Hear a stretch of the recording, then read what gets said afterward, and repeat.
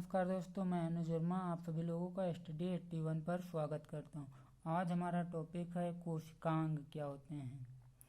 तो कोशिका के कोशिका द्रव्य साइटोप्लाज्म में पाए जाने वाले अंग को हम क्या कहते हैं, कोशिकांग कहते हैं।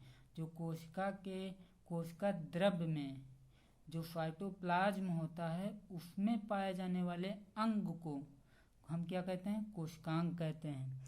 अब इसमें जैसे पहला है अंतः प्रायद्रव्यी नलिका एंडोप्लाज्मिक रेटिकुलम। यह एक गहरी झिल्ली युक्त संरचना होती है। इसका एक सिरा केंद्रक कला न्यूक्लियर मेम्ब्रेन तथा दूसरा सिरा कोशिका कला सेल मेम्ब्रेन से जुड़ा होता है। देखो, एंडोप्लाज्मिक रेटिकुलम की एकहरी झिल्ली जैसी संरचना होती है, जिसका एक सिरा किससे जुड़ा हो, एक सिरा केंद्रक कला से और दूसरा सिरा कोशिका कला से जुड़ा रहता है। इसका कार्य लिपिड्स, कोलेस्ट्रॉल्स आदि का संश्लेषण करना है। जो इसका कार्य होता है एंडोप्लाज्मिक रेटिकुलम का कार्य क्या होता है, लिपिड्स, कोलेस्ट्रॉल आदि का संश्लेषण ग्रहण करना होता है तथा कुछ मात्रा में ग्लाइकोजन का भी संग्रह करता है, और कुछ मात्रा में या कम मात्रा में किसका संग्रह करता है, ग्लाइकोजन का भी ये संग्रह करता है। अब देखो, एंडोप्लाज्मिक रेटिकुलम की खोज किसने की थी, के.आर. पोर्टर ने की थी। किस सन में, 1945 ईस्वी में की थी। किसने, के.आर. पोर्टर ने 1945 में एंडोप्लाज्मिक रेटिकुलम की खोज की थी। आकृति के आधार पर एंडोप्लाज्मिक रेटिकुलम को 3 प्रकार से बांटा गया है। आकृति के आधार पर पहला होता है सिस्टर्नी। ये लंबी, चपटी तथा एक दूसरे के समांतर होते हैं। सिस्टर्नी क्या होते हैं, लंबी होती हैं, चपटी होती हैं और एक दूसरे के समांतर होती हैं, एक समान होते हैं एक दूसरे के। दूसरा आता है हमारा थैलियाँ। ये अंडाकार होती हैं। जो थैलियाँ होती हैं, वेसिकल, ये क्या होते हैं, ये अंडाकार होते हैं। तीसरा होता है नलिकाएं, ट्यूबल्स क्या होती हैं, एक केंद्रक के पास पाई जाती हैं। जो ट्यूबल्स होती हैं, नलिकाएं होती हैं, ये कहाँ पाई जाती हैं, केंद्रक के पास पाई जाती हैं। फिर देखो, खुरदुरी एंडोप्लाज्मिक रेटिकुलम या खुरदुरी अंतःद्रव्यी जालिका, इसमें राइबोसोम पाया जाता है। इसके सतह पर चिपके होते हैं। जो राइबोसोम होते हैं वो इसके खुरदरी अंतःद्रव्यी जालिका पर चिपके रहते हैं। राइबोसोम पर ही प्रोटीन संश्लेषण होता है। जो राइबोसोम होता है उसी पर ही हमारा क्या होता है, प्रोटीन संश्लेषण होता है। और जब प्रोटीन संश्लेषण होगा तो वहाँ पर क्या होगा, उपापचय होगा, क्योंकि वहाँ पर कहीं ना कहीं पाचन जरूर होगा। फिर देखो, इनमें विभिन्न पाचक एंजाइमों का संश्लेषण होता है। और जो राइबोसोम चिपके रहते हैं इन्हीं में क्या पाया जाता है, विभिन्न प्रकार के एंजाइम, पाचक एंजाइम का संश्लेषण यहीं पर होता है राइबोसोम में। फिर देखो, ये अग्न्याशय में अधिक मात्रा में पाए जाते हैं। और ये राइबोसोम किसमें सबसे ज़्यादा पाए जाते हैं, तो अग्न्याशय जो होता है उसमें ये अधिक मात्रा में पाए जाते हैं। फिर आता है चिकने अंतःद्रव्यी जालिका, smooth endoplasmic reticulum. Smooth ribosome इस पर नहीं उपस्थित होते हैं। जो राइबोसोम होते हैं तो इस पर चिकनी अंतःद्रव्यी जालिका पर नहीं उपस्थित होते हैं। प्रोटीन का उपापचय नहीं होता है।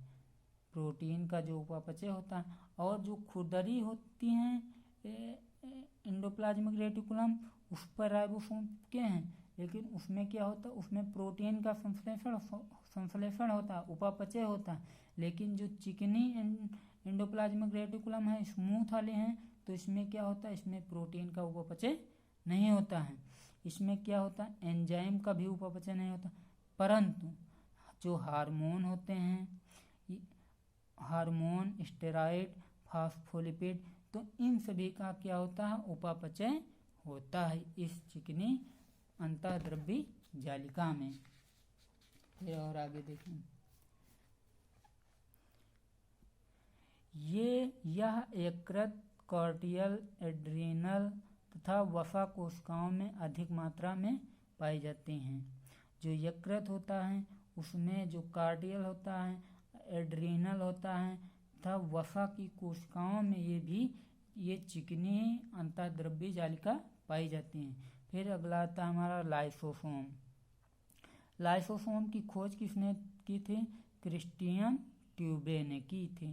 जो लाइसोसोम होता है उसकी खोज किसने की थी? क्रिस्टियन ट्यूबे ने।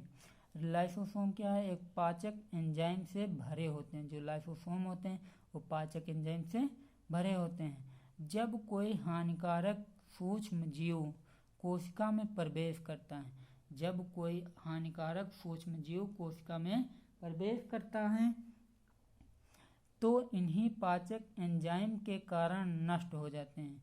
तो जो लाइसोसोम के अंदर पाचक एंजाइम भरे होते हैं तो इन्हीं पाचक एंजाइम के कारण उनको वो नष्ट कर देता है या नष्ट हो जाते हैं। जैसे बैक्टीरिया मारने, मृत कोशिकाओं को नष्ट करने, कोशिकाओं को नष्ट करने। फिर आगे देखो, अगर पूरी कोशिका ही अनुपयोगी हो गई हो तो लाइसोसोम खुद फट कर पाचक रस को मुक्त कर देती है। अगर पूरी कोशिका ही अनुपयोगी हो गई हो, उसका उपयोग न हुआ हो और सारी कोशिका भी अनुपयोगी हो गई तो लाइसोसोम फट जाता है और खुद फट जाता है और पाचक रस को मुक्त कर देता है। जो पाचक रस, पाचक एंजाइम या पाचक रस पाए जाते हैं तो उनको मुक्त कर देता है, जिससे कोशिका हमारी क्या हो जाती? नष्ट हो जाती है। इसीलिए इसको हम क्या कहते हैं? आत्महत्या की थैली कहते हैं। इसीलिए हम इसको आत्महत्या की थैली कहते हैं। फिर हमारा आता है पादप कोशिका। पादप कोशिका, पादप कोशिका का कार्य क्या है? रेतिका बनाना। पादप कोशिका का रेतिका बनाना। कुछ वैज्ञानिकों का मानना है कि इसी के फटने से कोशिका विभाजन आरंभ होता है। कुछ वैज्ञानिक हैं कि लाइसोसोम के फटने से ही कोशिका का विभाजन होता है। जैसे इसमें देखो, रेतिका है, रिक्तिका है, वैक्यूओल है, एकहरी झिल्ली में पाई जाती है। जो रिक्तिका होती है वो एकहरी झिल्ली में पाई जाती हैं, जिससे जल शर्करा एंजाइम में भी ये घुल जाती हैं। जंतु कोशिका छोटे छोटे आकार में बहुसंख्या में पाए जाते हैं। जंतु कोशिका में रिक्तिका के छोटे छोटे आकार में बहुत सारी कोशिकाएं रिक्तिकाएं पाई जाती हैं। फिर पादप कोशिका, यह एक और सबसे बड़ी कोशिकांग है। जो रिक्तिका होती है वो पादप में क्या है? एक और सबसे बड़ी कोशिकांग होती हैं। हानिकारक सूक्ष्म जीवों का ये भक्षण करते हैं। जो हानिकारक सूक्ष्म जीव होते हैं उनका ये भक्षण करते हैं। स्पेशल नोट दिया गया है, सूखी लकड़ी का पानी में ना डूबना रिक्तिका के कारण ही होता। जो सूखी लकड़ी होती है वो पानी में छोड़ दो तो नहीं डूबती है। तो किसके कारण नहीं डूबती हैं? रिक्तिका के कारण। क्योंकि ये क्या करते हैं? यह एक बड़ी कोशिका है, सबसे बड़ी कोशिकांग है जो हानिकारक सूक्ष्म जीवों का भक्षण कर लेती है, खा लेती है, उनको नष्ट कर देती है। फिर आता है हमारा माइटोकॉन्ड्रिया। माइटोकॉन्ड्रिया सूत्र कणिका भी इसको कहते हैं। माइटोकॉन्ड्रिया सूत्र। सर्वप्रथम कोलिकर कीटों की पेशियों में किया था। जो सर्वप्रथम कोलिकर ने किस पर प्रयोग किया? कीटों की पेशियों में देखा था।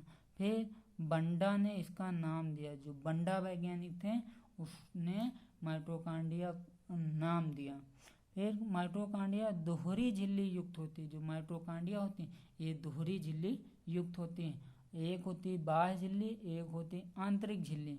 आंतरिक झिल्ली अंगुली नुमा मुड़ी होती है, जिसको हम कहते हैं क्रिस्टी। जो आंतरिक माइटोकॉन्ड्रिया के अंदर आंतरिक झिल्ली पाई जाती हैं वो किस अंगुली के जैसी मुड़ी होती हैं, वो उसी को हम क्या कहते हैं? क्रिस्टी कहते हैं। फिर आगे देखो, यहाँ पर वायवीय श्वसन के फलस्वरूप ग्लूकोज, यहाँ पर वायवीय श्वसन के फलस्वरूप ग्लूकोज एटीपी एडेनोसिन ट्राइफॉस्फेट का निर्माण भी होता है। जो माइटोकॉन्ड्रिया होता है उसमें वायवीय श्वसन के फलस्वरूप क्या होता है, ग्लूकोज में एटीपी एडेनोसिन ट्राइफॉस्फेट का निर्माण होता है।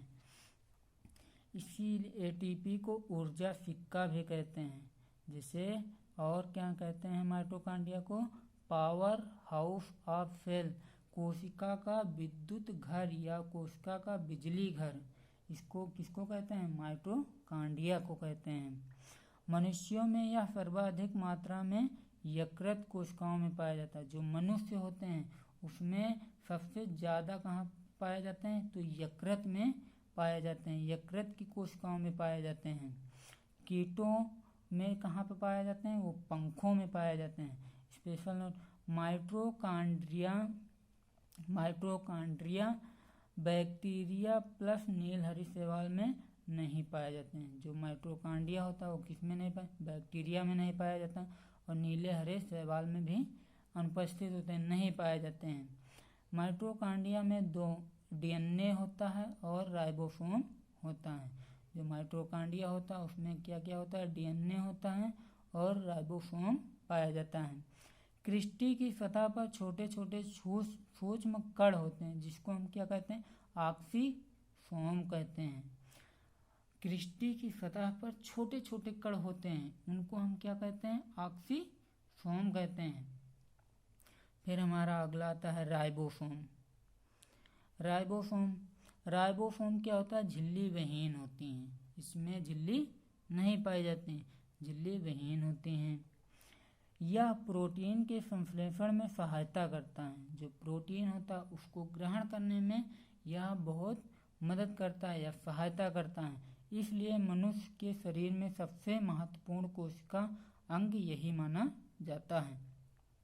इसीलिए मनुष्य के शरीर में सबसे महत्वपूर्ण अंग कौन सा माना जाता है, ये राइबोसोम माना जाता है, क्योंकि यह क्या करता है, प्रोटीन का संश्लेषण करता है। इसलिए इसको हम क्या कहते हैं, प्रोटीन का कारखाना कहते हैं। इसीलिए हम इसको प्रोटीन का कारखाना कहते हैं। फिर देखो, राइबोसोम स्वतंत्र होते हैं, कुछ मात्रा में कहाँ पर पाए जाते हैं, एंडोप्लाज्मिक रेटिकुलम पर भी उपस्थित होते हैं। कौन, राइबोसोम। कुछ तो स्वतंत्र होते हैं और कुछ एंडोप्लाज्मिक रेटिकुलम पर भी पाए जाते हैं। फिर इन्हें 1953 में रॉबिन्स और ब्राउन ने सेम की जड़ों की कोशिकाओं में देखा था। जो राइबोसोम होते हैं उनको सबसे पहले रॉबिन्स और ब्राउन ने 1953 में कहाँ पर देखा था, तो सेम की जड़ों की कोशिकाओं में देखा था। फिर 1955 में पैलाडे ने जंतु कोशिका में इसका देखा था। 1955 में पैलाडे ने किसमें देखा था, जंतु कोशिकाओं, जंतुओं में भी ये पाए जाते हैं राइबोसोम। राइबोसोम 2 प्रकार के होते हैं। जो राइबोसोम होते हैं वो 2 प्रकार के होते हैं। एक होता है 70S, पहला कौन सा है 70S, और दूसरा क्या होता है 80S। 2 होते हैं, 2 प्रकार के होते हैं। पहला 70S या 70S, दूसरा होता है 80S या 80S। आरएनए प्लस प्रोटीन का निर्माण भी कहाँ पर होता है, राइबोसोम में ग्रहण करते हैं। राइबो न्यूक्लिक प्रोटीन कण आरएनपी पार्टिकुलर से यहाँ पर उपस्थित होते हैं। अगर आप लोगों को मेरा वीडियो अच्छा लगा हो तो प्लीज़ इसको लाइक करें, शेयर करें और कमेंट करें, सब्सक्राइब कर लें, बेल आइकन का बटन ज़रूर से दबा दें, ताकि मैं जो भी वीडियो आगे बनाऊं वो आप तक आसानी से पहुंच सके। Thank you so